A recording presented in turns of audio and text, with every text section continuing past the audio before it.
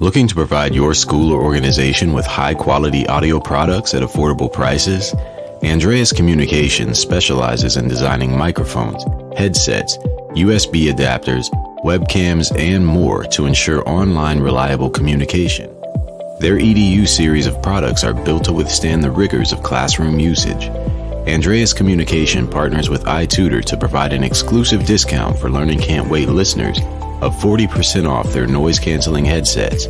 Head to https://andreacommunications.com/iTutor/today to access this limited offer.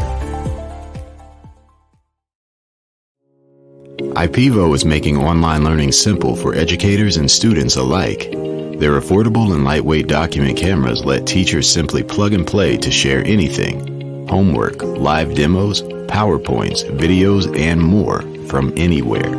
Compatible with any device, teachers can make the most of their document cameras with creative filters, time lapses, stop motion, and more through IPEVO's free software visualizer.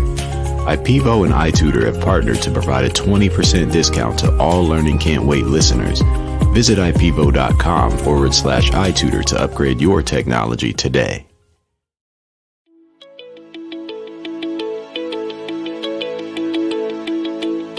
Welcome to the Learning Can't Wait podcast, an iTutor production.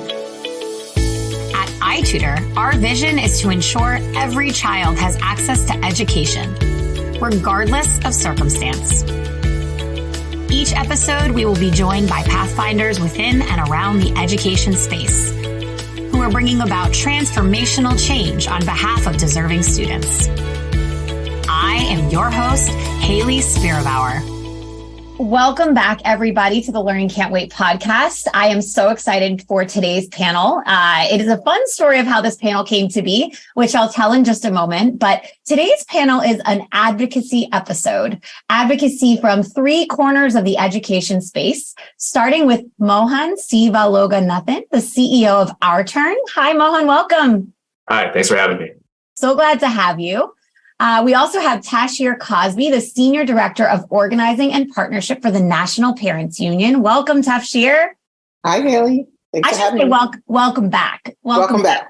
Which is part of our story. I'll get to that in a second. That's how we got to be here today.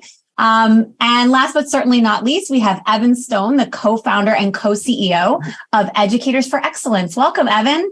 Great to be here. Thanks for having us. Thank you for being here yourselves, because I know y'all are very, very busy people doing important work. And I know that doing a podcast on a panel like this can have a short-term or a long-term or both effects on the work that you do and the work of our listeners. So starting us off, we are here today as this panel of advocacy experts because I have had one of these guests before. Tafshier Cosby has been on the podcast before.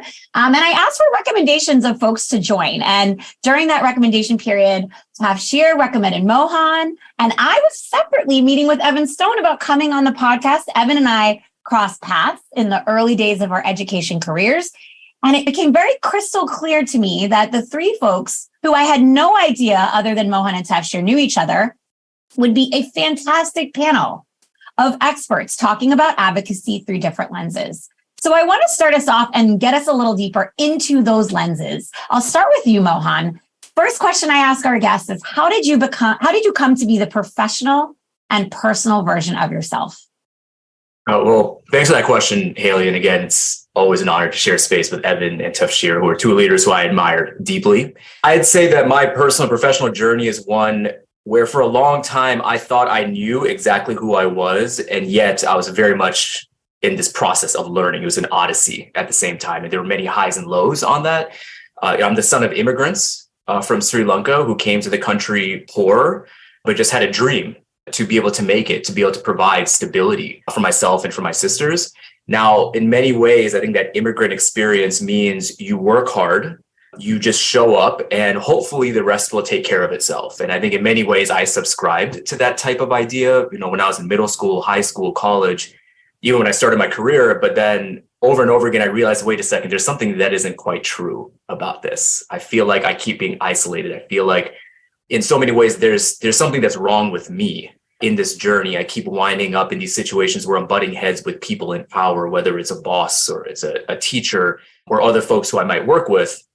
And, I think through force of will, in many ways, I was still able to find my way through some successes in my career. But it wasn't until really, I want to say maybe 6 years ago, where I was in a role for about 5 years and I've been performing pretty well.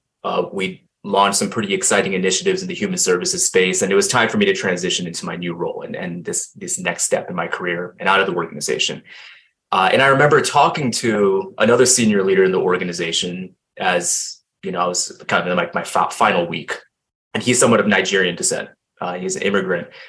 And, he said, yeah, Mohan, we're really going to miss you. I said, yeah, I've been here 5 years. I get it. Like we've created a lot together. He said, no, you don't get it. Like we're losing our person of color on the leadership team.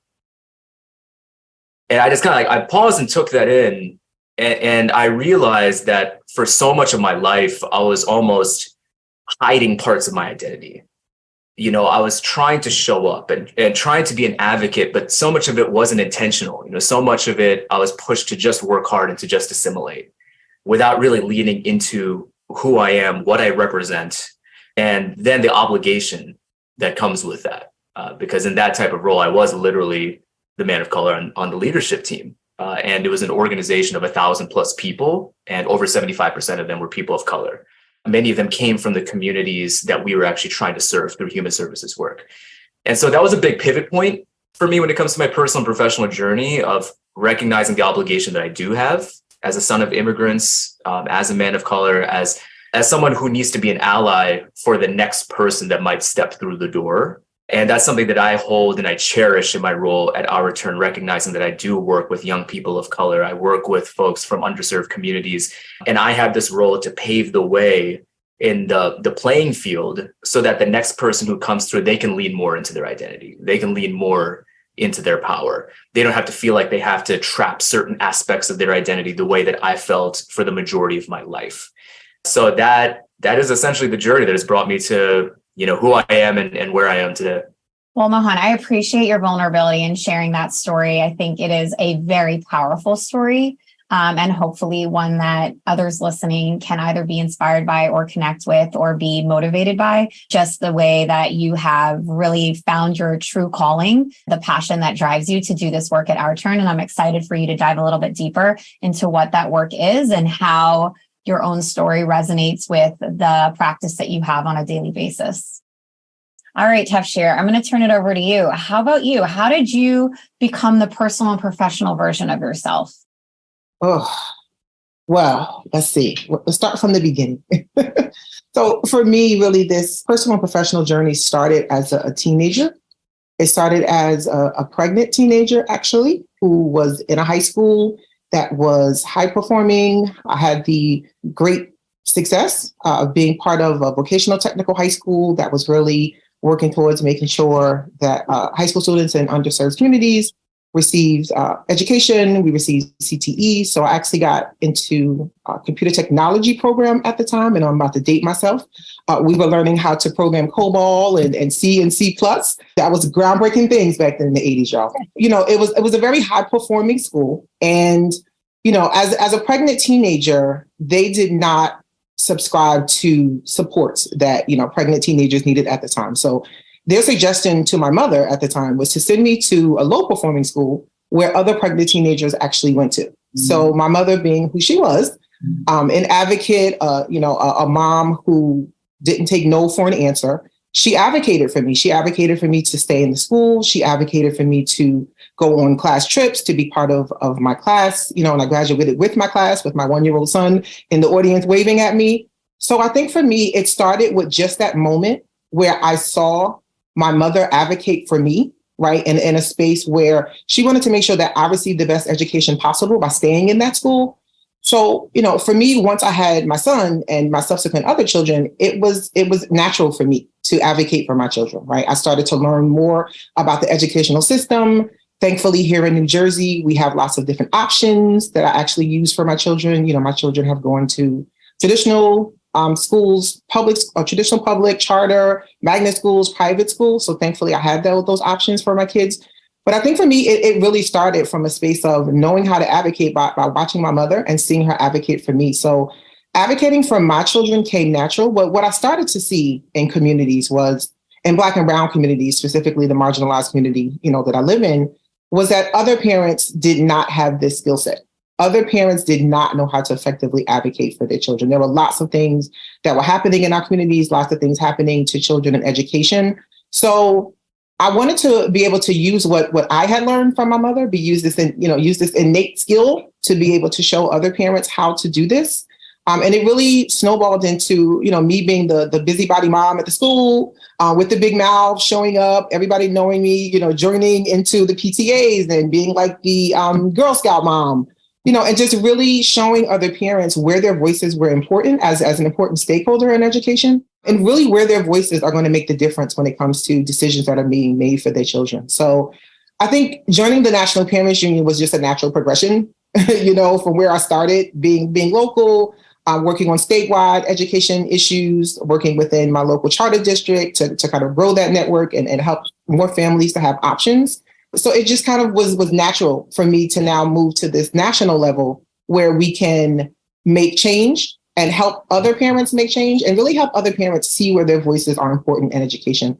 I think the best thing we do at the National Parents Union, we get emails and calls from parents across the country. And the best thing we do is we help parents to see that they're not alone, right? They're not alone in this fight. They're not the only ones fighting for equity. They're not the only ones fighting for their voices to be in conversation. So, it's just an honor to be a part of the Parents Union, National Parents Union, for me to work with so many parents across the country, to get to meet so many parents, to build these relationships and truly be, an advocate for parents as well as children, and to make sure that parents' voices are in every conversation about education.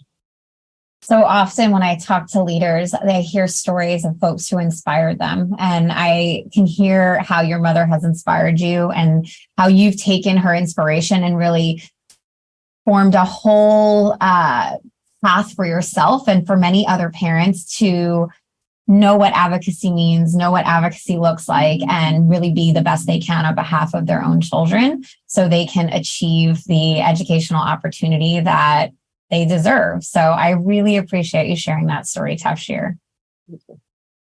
All right, Evan, again, certainly not last but not least, tell us how you became the personal and professional version of yourself, please. Well, I've known Mohan and Tafshier for a while, but it's awesome to hear both of their stories in a little more depth. So thank you for bringing us together and letting us start there. I think, we're all organizers at our core. And so hearing stories is a lot of what motivates me in the work. When I think about my trajectory, it's somewhat different. I grew up with a lot of privilege. My mother was a teacher. My dad was an attorney. Both of them had grown up in the Central Valley in California. My dad on a small cattle ranch where my family had homesteaded in the turn of the 1900s. And my mom's family came to California during the Dust Bowl. So they sort of made this big economic transition for our family. And as a result, I got to go to a small private school all the way from pre-K through 12th grade. And probably never would have become interested or focused on or knowledgeable about our public education system, except the city I lived in, Pasadena, California, was the first city outside of the South to mandatorily desegregate with busing. And as a result of that, there was huge white flight out of our public school system, a thriving private school sector that started. And my best friend ended up moving in with my family. His family fell on pretty hard times, so he came and lived with us for high school, most of high school. And my parents couldn't get Kofi into school with me. And so he went 6 blocks away to a failing public high school, the school I would have been zoned for. And we had this super tight-knit group of friends across 2 just like radically different institutions. And I think that's where it was so clear to me that talent is equally distributed, but opportunity is not. And what surprised me most, I think, and sent me on this journey was seeing just how all the adults in our lives treated us, what their expectations for us were based on the color of our skin, the school we went to, our parents' jobs, my friends' parents that would ask us very different questions. One would ask me where I was thinking about going to college. The other one would say, are you going to graduate? Or those types of different questions that were just like persistent in our experiences. And so I think that set me on a journey when I came east for college of trying to understand this issue that I really hadn't experienced personally. Started organizing PTAs in New Haven, Connecticut, and saw the real important voice that parents need to have and how often our school buildings are closed off to parents. It was a big fight just to be able to get the PTA president to be able to have a key to the school building, these public buildings, so that they could meet after hours in the school. And then I became a teacher. And when in the classroom, I realized, wow, like I thought organizing was the place to be radical and drive radical change. But I actually think the classroom might be the only other place left in this country where you can be truly radical, where you can shape the minds and futures of our next generation. And I was so inspired by the teachers around me, given their dedication, their commitment. But I was also shocked at how sort of voiceless they felt in the system. Somewhat similar to what Tafshier described. They were isolated in their classrooms. They didn't know what other teachers thought. And yet they had this hugely powerful entity, their unions, advocating for them. But they were pretty disengaged from the union. I ran for the chapter chair in my building. I got really involved with the UFT in New York. And I found that only about 17% of teachers voted in their union elections. And most of the votes in the New York union came from retirees. And so what set me on this question of how do we get these passionate, caring educators to see the power of their voice and be more than just advocates and radical for their students in the classroom, but also outside of the classroom, in their unions, in their state capitals. That's sort of how E-Free started, to bring educators together, to push their unions to be more representative of them, and to push their legislators to really understand the needs of those that are most proximate to our students. And so that's what set me on this journey, being inspired both by my friends who accomplished amazing things in their life without the privilege and opportunities that I had, my colleagues in the classroom, many of whom are still there, who I think are doing radical work on behalf of kids, and the need to see organizing at scale to drive real change. I'll just echo what you said, though, Evan. I really appreciate how storytelling will shape this conversation, both because each of you has been vulnerable in sharing your upbringing and your experiences with education and how that led you to this work, but also because people connect to stories. And as you mentioned, I'm in organizing and advocacy work, stories really matter. And so thank you for setting and charting the path of this conversation by sharing your stories. I'm going to ask for one more story before we hop into the meat of the advocacy work. How do y'all know each other? So you are in this organizing space, but how do you Tafshier know Mohan, know Evan? Tafshier, will you start us off? Yes. I think we all know each other from our awesome club of places and spaces where we truly come together to talk about ways that we can help transform education and ways that we can work together as stakeholders, right? We're always trying to figure out how these three stakeholders can work together to make sure that children are successful. So I think we all have this drive to show up in these places and spaces where we can work together to think those deep thoughts about how we do that, but also learn together and connect together as people. Can I quickly add something? So, Evan, I don't know if you remember this. I was that's a positive story. This is a positive story, I promise. I was maybe 2 months into my role at Our Turn and kind of stepping back into the realm of education policy and advocacy. Is where I started my nonprofit career. Then I worked in a lot of cause areas in between. And I went to a conference in Austin, and I didn't know very many people who were in this arena and in this space. I was assuming everybody was kind of like-minded. I didn't have any other team members with me. So I'm just trying to figure out, like, what room am I supposed to be in this conference? Like, who are the people I should be talking to? Who are the potential allies? One of the few people who just saw me and reached out was Evan. And I think it was like after one of the breakout sessions, and Evan reached out and introduced himself and said, hey, heard that you're leading this organization now, and, would love to talk and share some ideas and get acquainted. And that mattered a lot. I think for leaders of color, so often we step into spaces and we're immediately identifying all the things that are different about us and all the ways that we're going to be separate from everyone. And for someone to reach out and to be an active ally, that was very meaningful. And so I think that was kind of like the start of my relationship with Evan, and something that, again, I'm just very grateful for. Well, I do remember that conference, and it's great to hear that was meaningful for you. I think the reason we all know each other is our organizations are seeking to bring together parents, students, and teachers. And if you could actually build that trifecta, it's unstoppable, right? This whole conversation, all of our work is about setting kids up for success.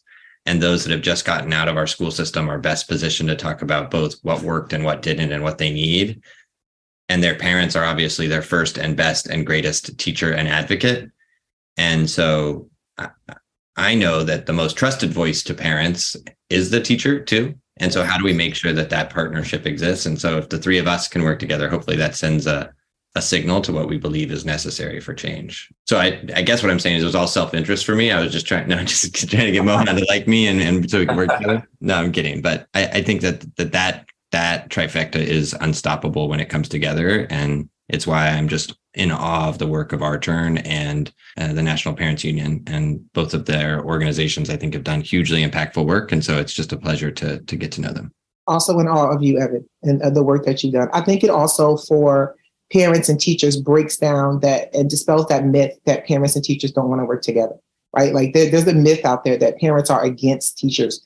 Parents and teachers are each other's best allies, right? We're working together for our children. So I think having us all come together in spaces where we can all advocate together and use our stakeholder voices really makes a difference in showing the communities that like we are truly here together. We are truly in this fight together for children. So let me pause this for a second. I often operate under the assumption that all the listeners that are tuning in know what this work is, right? Like whether it be something in ed tech or something school-based, now we're talking about advocacy work. Let's just have a literacy moment here for folks that are tuning in that are, I know people organize, but I don't really know what that means. How would you define advocacy work and what you do? What is it at its base and its core? Well, for me, the definition of advocacy is speaking out against or for a cause, right, or a problem. So for me, the advocacy that I do is really one that speaks to parents as a specific subset as stakeholders, right, and where their voices need to be in decisions being made about their children, whether it be on the local level with parents who are part of the PTA. Right, PTAs that are effective, ones that are actually in the conversation, co-creating with schools about like what that parent engagement agenda looks like for the year. Parents in state level conversations, talking with state boards of education, in conversations about things like curriculum and safety. Right, like really making sure that their voices are part of those conversations to really make sure that they have our perspective when it comes to how we feel about things that are happening with our children. So for me, it's really the parent stakeholder specifically, and where our voices are in education and how we're speaking out and how we are voicing our opinions and where we have these seats at the table to be able to share what it is that we know. I have this question because I'm a teacher in my core about how you measure the impact of advocacy work. So obviously this is jumping ahead a little bit, but as we think about advocacy work, I know that it's more, and the listeners probably know that it's more than just gathering, of course. So let's talk about goal setting, impact measuring, how Our Turn and E4E and the National Parents Union, they're well recognized for the impact that they have. But what does that mean on a molecular level? Mohan, will you start us off? Sure, happy to. I'd start with 5 words that lead the Our Turn student agenda, which is a student design framework for reimagining education with an equity lens. And those 5 words are nothing about us without us. So young people in the education system, particularly young people from underrepresented communities, for too long have had to shoulder the burden of inequitable and broken education policies. So imagine being a young person of color in school and you show up every day with a fear that saying the wrong thing, being affiliated with the wrong situation could get you suspended. Not just a slap on the wrist, it could get you suspended.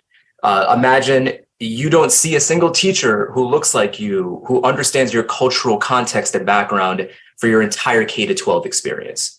Or you have aspirations for yourself, but you don't have AP classes in your school. You have a college counselor who tells you that maybe college isn't for you. Maybe you should go on a vocational path. I mean, this is the day-to-day reality of young people in the education system. Now, you've got folks who are out there who are trying to design quote unquote solutions for what we're talking about. But if they don't have proximity to what's actually happening in schools, those, again, quote unquote, solutions will always be broken. They will never be sufficient. You look at a situation right now when you think about the college to career pathways pipeline, where young people right now, they're dealing with Chat GPT, they're dealing with Web3, they're thinking about entrepreneurialism, but you've got all the adults who are still fixated on it's either a 4-year college or bust, which, by the way, will literally go bust on your bank account. So there's the massive just a gap and chasm that we need to find a way to bridge. So when you think about impact, oftentimes you look at a scenario like that, and we are forced to think about just the outcomes. What are the policies that might emerge? And if that's all you think about, then all you also have to think about are the few people who might be in the room to make a decision. So our challenge to everybody is actually to rethink the calculus. And when you consider impact, you've got to think about the input side too. Because if you're not thinking about the input side, the outputs and the outcomes are always going to be broken. So we're thinking about how many young people are being engaged across the country as decision makers. How many young people are on school boards? How many young people are trained to be effective organizers and advocates? Who are the allies that are showing up with young people? And can we be able to scale that? So superintendents, teachers, district leaders, philanthropists, like we actually measure that, we track that, like who is actually in league with young people and being allies, to then start to carry out the process and the journey of the work that will lead us to a more effective and more trustworthy space than literally where we've been in for decades, like just decades since the inception of the education system. So we're trying to essentially like rewire that entire thinking, that entire calculus. And so the policies as outcomes still matter, but we also need to measure, how are we changing power dynamics? How are we changing decision-making spaces, relationships, culture, some of those fundamentals when it comes to systems change? Those are places where I think in some cases we've defined what those metrics can be, and others we're learning. We're trying to figure it out, and actually, trying to partner with more folks to figure out what can be that new calculus that we could all rally behind.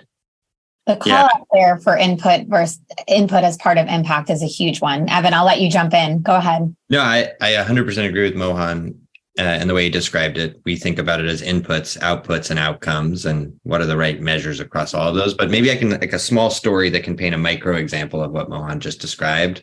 When I was in my third year of teaching, I had an amazing student, Saul, who came into my classroom years behind in his math. And every year he'd had to go to summer school and got pushed through the system. And when I was sitting down with him and his mother at the beginning of the year, I asked him what his goals are, what he wanted to accomplish. And he said, I want to go back to the DR this summer, which means I can't go to summer school again.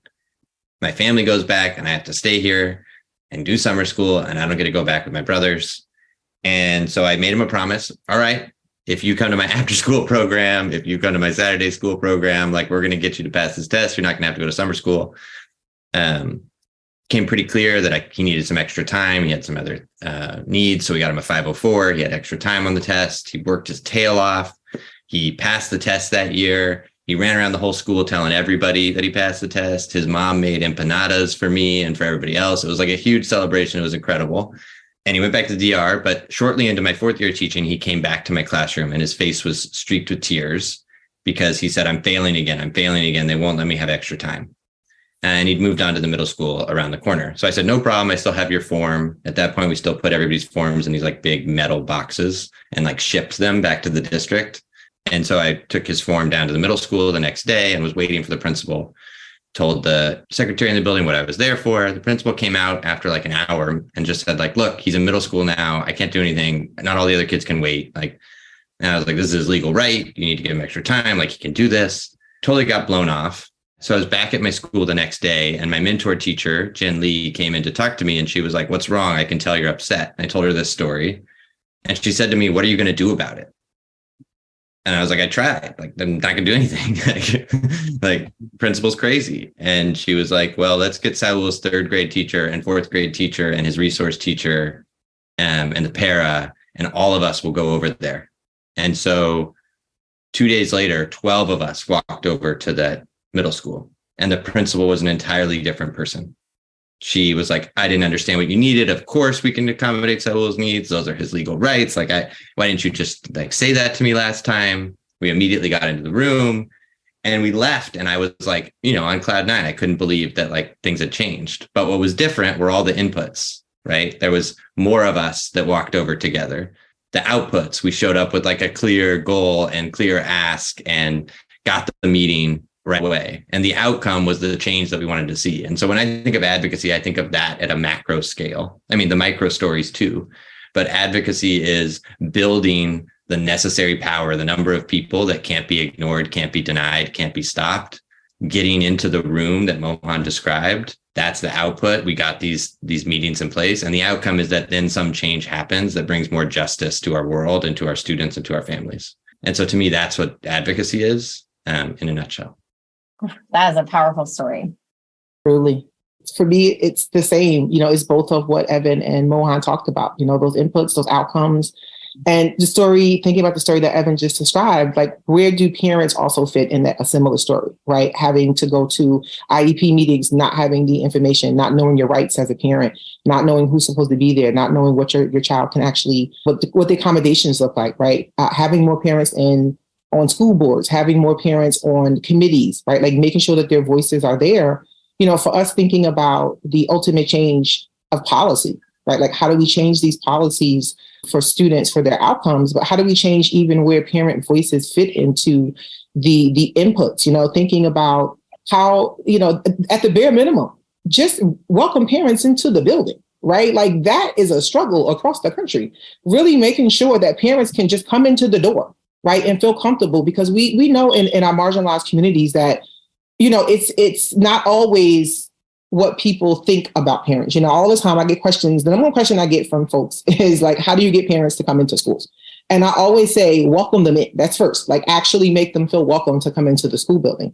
And then when they're there, listen to them. Listen to what the needs that they have for their kids, help them to co-create, some of the policies and some of the things that you're making for parents, but truly create an opportunity for parents to feel like they are part of their children's education. We have so many parents who have trauma themselves from some of these schools, right? Like they walk into these buildings with trauma. They've been traumatized by some of the teachers, some of the principals, some of the staff. So even working with parents to get them past that trauma, being able to use their voice in these spaces, right? And knowing how powerful their voices are. So for us, again, the impact is policies that are made, spaces where we see parents moving into positions of power. But a lot of times it's just working with a group of parents who feel comfortable coming into the building and using their voices in these spaces and fighting for what their kids need, and even learning about the education system. We have some parents right now who we're so proud are taking the Georgetown education finance course, right? They're going to come out and be beasts, right? Like they're going to be beasts at these school board meetings when you're talking about the budget, right? They're going to be dissecting this budget so hard that the school boards are not going to know what hit them. But like this is where we measure our impact. The number of families across the country that are actually moving in spaces where they are learning about the educational system, they are educating themselves, they are learning their rights as parents, and they're really exercising that power to make sure that their students are successful. You've done a really authentic job, folks, of tying together the intersectionality of this work. And I want to just dive in there for a little bit and talk about what success looks like. Where has there been success at the crossover and intersection of family, student, and teacher advocacy? I think in almost every situation where you think about policies being passed, statewide level, usually our three stakeholder voices are at the table, right? They're not elevated a lot. A lot of times students are there, parents are there, their voices aren't really elevated into the conversation. But I think for me, the one place that I could think about is the charter movement, right? Like for charter schools, thinking about the teachers who work in these spaces, thinking about the innovation that they can have in some of these schools. And again, I'm not saying all charters are good, because some of them are not so great, but thinking about some of the innovation as opposed to the traditional public schools that teachers can have, thinking about as a parent, that option, right? If you live in a community where your schools there are failing your children, having an option where it's someplace that could be a better educational option. And then as a parent, just having that choice, having that actual choice of having that. And as a student, like being in an environment where you feel welcomed, where you feel like you're getting what you need educationally, like there's a culture match there. So that was one of the places I could think about, for as long as the charter movement has been around, and it still has some things we all need to fix together. But for as long as it's been around, I think these three stakeholders together have been able to really move that movement forward. But this is a hard question. We have a success story in the works around the fight for accurate history and culturally inclusive pedagogy in schools, because there is absolutely shared interest between young people across the country, parents, teachers, looking at, even Evan's organization, they did a campaign around this, in speaking to that need to be honest, to be truthful in schools. You've seen parents who are fighting back against the endless politics and vitriol and division that so many folks are bringing into the educational system, and the trust that both parents have in students and in teachers. And then you have students who have been more and more out there on the forefront, stating that, hey, you can trust us with honesty. You can trust us to be empathetic, to be independent learners and thinkers, and we will all be better for it. And you have these groups who are showing up in different ways to be breakthrough messengers for really like where our minds need to be when it comes to curriculum and pedagogy, as opposed to, again, the relentless attacks and the politics that have been happening.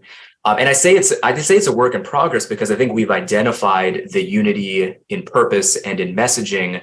And I think there are a number of factors that'll be necessary for us to see it all through, for us to build that ground force that Evan was talking about before, for us to be able to show up in more of those decision-making spaces that Tafshier is talking about, and for these three groups to then also define what are the outcomes that they want to see, and then to have that at the top of the radar. And I'm optimistic that in the coming months, in the coming years, we will see more of those outcomes that are indeed aligned with what students and parents and teachers are looking for when it comes to building a curriculum that is inclusive, that is honest, that is culturally responsive.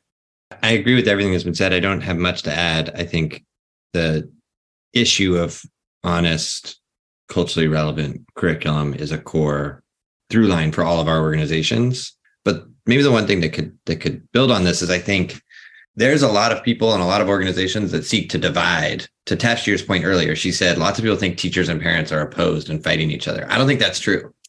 I also think the vast majority of teachers are in this work for the kids in their classroom and want to do everything they can to serve them. And I think there's lots of people that want to divide and pit these three audiences against each other, because when divided, we are far less powerful. We are far less influential. And I think it's on all of us to think about what are not just the issues, but how do we come back to the clear shared interests of why we're in this field, and try to build a virtuous flywheel around that. Because to me, improving the conditions of the profession will bring better people into the workforce, will drive better outcomes for kids, will, bring more parents back into school buildings, will then, create more funding into the system because more people have confidence in our public schools to reinvest in teachers. When we are on the same team, we can actually fight towards a shared goal. And I think our goals are really aligned. It is just that there's a lot of voices out there that realize that and try to pit parents and teachers against each other, or try to create the space to make it seem like teachers are not in it for their kids. And of course, there's exceptions to every one of these rules, but I think in general, the vast majority of people in the system have a shared goal. And it's how do we come back to those core principles and values to drive our policy? And I think that's the big challenge that we all grapple with is, talking about the issues, but also grounding it in our shared values day in and day out. It's interesting. When I met with Mohan prior to this panel, Mohan really sparked something for me, which was he wanted this conversation to be synergistic versus generative. And you, again, authentically have kind of had these calls to action. Each of you has had somewhat of your own call to action that interrelates with the other. And it really makes me, like Mohan said, feel very optimistic about the work that's happening independently and the way that, as Evan said, a virtuous flywheel of interaction with the three constituents and how they interact. And I'm wondering, one of the other challenges that Mohan posed me with that I didn't put in our question guide, so this is very much coming off the cuff, but was about what message you would want to send to philanthropists who are the ones that are financially supporting this work about the interlocking nature of these different groups, and what message you would, or call to action you would have for them. How long do we have? No, I'm just kidding. We could just make this part 2 of the episode. This could be a trilogy, right? Yeah, yeah. The real odyssey, Mohan, to use your word from earlier. No, I'll start on this one. Like I think we have gone through. I've been in the advocacy space for 13 years, leading E4E since I launched it in my classroom, and we've gone through waves of philanthropy being committed to organizing. And what I worry about is like, this is long-term generational change that we are all talking about. We all want to have urgency. We all have urgency. We all want to have wins now, and we are all working towards them, and we're all getting them. But I think investing in community building and organizing and power building is not easily defined into 1 or 2 year grant cycles that are defined just by the outcomes. And so this goes back to Mohan's point that the inputs and the outputs matter. How are we building power? How are we preparing for fights that we don't even know are here yet? How are we using the current fights to build the skill and agency of our teams and of our members and of our constituencies? So I think philanthropy needs to continue to think about longer term grants, not that we don't need to show progress along the way, less defined outcomes, so less specific policy issues, so that we can actually build the policy agenda from our constituencies, from our memberships. And it's not being defined by philanthropists, but defined by the communities who are going to be driving for change. So that's my push that I always say, like, let me show you we're building power, but don't tell me what it needs to be around. Invest in the long-term game, and don't, every 5 years come with a new strategic plan or a new issue or a new direction, because if you really want to build power, it takes a long time. And many of the organizations that often are challenging our work have that longer term investment. And are building up through school boards or other entities over the long haul. So long-term, less focused just on specific issues. So it's not project-based, but allows us to really invest in people over years and years to ensure that we're in a place to win on the big issues when they come. I absolutely second everything that Evan shared there. And what I'll add is oftentimes I'm asked, just given my role that I have within our turn, and even just in this space of education, justice, and advocacy, what is it that keeps me up at night? And it's not an issue. It's not a strategy. It is the fact that I go to bed every night knowing that there are about 40 people, full-time and part-time, majority students, majority from underserved, marginalized communities, who are relying on me to ensure the sustainability and resiliency of our organization for the long term. So that is a matter of them being able to show up to work as their full selves, to be financially secure, for their mental health to be in a solid place, so that we can do all the work that we've been talking about. And that is happening at a time when the pandemic's not gone, the effects are still here. Political turmoil is a complete mess right now. You have a planet in peril. So you have all these situations that are playing out right now, all these pressures on people to be able to just do their job. I had a team member who asked me recently, hey, like, if you weren't managing so many interim responsibilities right now, like, what are the things that you feel like you would be doing? And I actually couldn't even answer the question, because I've been so stuck in just the day-to-day grind for so long that it's tough sometimes for me to imagine, what could I be doing if not just myself, but if our whole team, if we had the resources, the people, the capabilities, the space to really like lean into ourselves and into each other and this work, and to fill up our cups. I look forward to getting to that day when I can do that type of imagining and building within my team and across the country. And so I think that's something that is fundamental to us doing any of this work, is it's taking care of the folks within the work, is taking care of the institution, so that we could be resilient, so that we don't have to punch above our weight class forever. That used to be a badge of honor, but not anymore. Like, we just got to up our weight class. And I think that's certainly the case for our organization, but I think I feel like it's safe to say that's the case for like the teaching groups that are out there, the parent groups that are out there. We just got to be able to up our weight class. I agree with both Evan and Mohan. Period. Like, that's it for me. I think definitely longer term grants. We fight with having these 1 year, 2 year, 3 year grants. And it's like, it takes the first year to really just kind of build that momentum to get some of these things passed. Specifically when it comes to parent groups, a lot of our grants are measured on, bodies, right? Like 100, you brought 100 parents to this event, 10 parents to that event, right?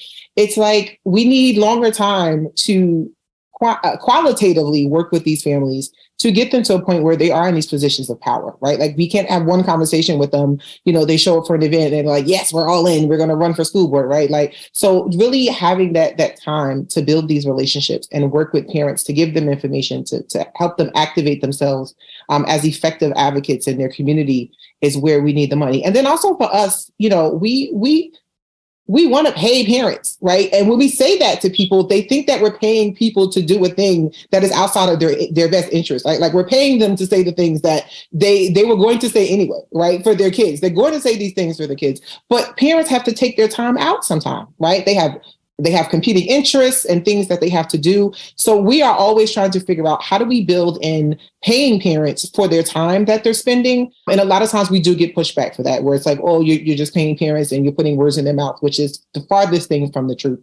But for the funders, think about when we put that in there, right? X amount of dollars for paying parents, it's truly for the benefit of the parents, right? Like it's for their time and their efforts. And we truly believe that parents should be paid for that.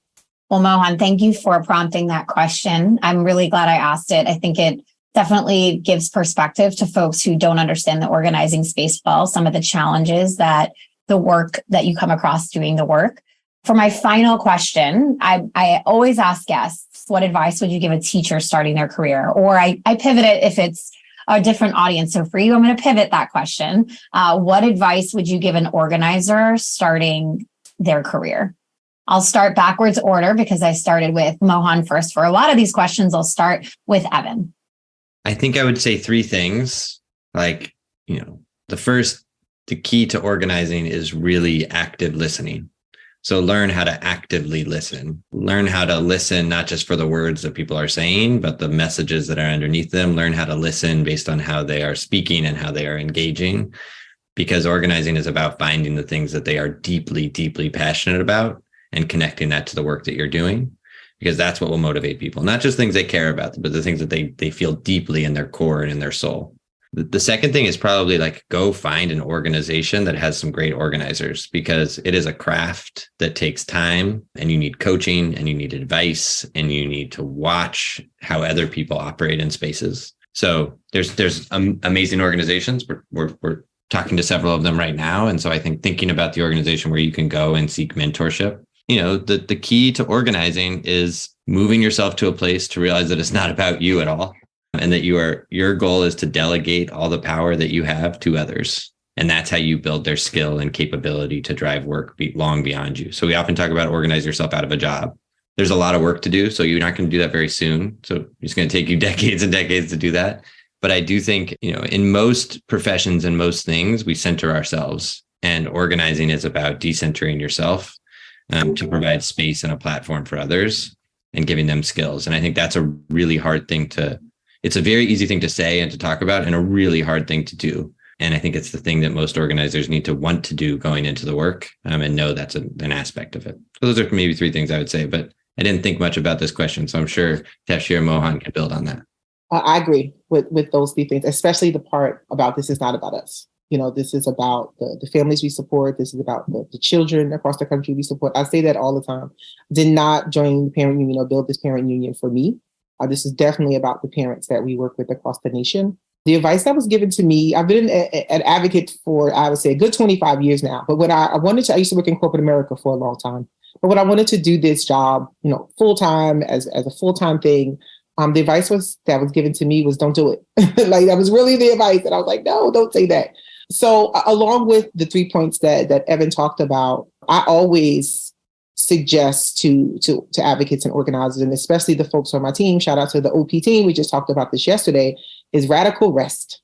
Because this work does not turn off. It is not work that stops at 5 o'clock. Like you do not stop thinking about kids and families and where they are. You do not stop building relationships at 5 o'clock. It's constantly, it's around the clock work. And it's because it's truly a part of who you are, right? It's not just something that you do, but truly who you are at the core. You are here to support people. You are here to talk to people, to give them that advice, to offer that coaching, but definitely build in some radical rest. And I say the word radical intentionally because you really have to find places where you can rebuild yourself, because this work is definitely 24 hours a day, truly. There are elements of what Evan and Tafshier said that I'm taking notes for myself to just apply in my own practice. So I appreciate y'all and your wisdom. So I'm a big comic book and movie guy. And in V for Vendetta, there's a line towards the end where V says, "A revolution without dancing is a revolution not worth having." So I started my career first in the corporate side and the social impact side, very much focused on the outcomes. We are going to end generational poverty. We are going to end social injustice. Well, now that I've taken many losses and had some wins, fortunately, along the way, I just have so much more appreciation for the journey and the little points in the journey that bring laughs and opportunities to dance and to sing and to celebrate and to cherish and elevate folks' stories. And sometimes even as you're dealing with a loss. This is a journey, as Evan said, where this is work that can take decades. Folks have been fighting this good fight for a long time. All we have is the next step we can take. All we have is today. And then we wake up and then we have the next day. And so you want to try and find the highlights along the way. And again, this is also something that I'm still trying to push myself to do as much as I can. And I'm very privileged to be in allyship with incredible leaders across the country, from young people to Tafshier, Evan, they're partners in the fight, who bring me so much of that joy day in, day out. Whew. I don't know that this could end any better than it has right now, with all of you sharing such profound wisdom and insight and advice. First of all, I want to thank you for letting me I lied to you and said this would not take a full hour, but I couldn't, there just was such rich conversation that I took the full hour. I hope our listeners appreciated hearing your stories and you sharing the advice you shared and your insights as much as I have. Thank you to each of you for joining today on today's episode of Learning Can't Wait. Thanks for bringing us together. Yeah, of course. I can't wait to do it again because this is just the beginning. I'm really excited to be able to highlight your work and spotlight and really uplift the stories that you've told and the work that you're doing. Thank you so much. Thank you. Have a good one, everybody. Pleasure, Stay y'all. cool. Talk to y'all soon.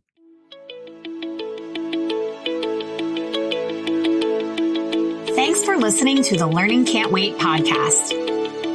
If you liked what you heard, please rate, review, and share this episode.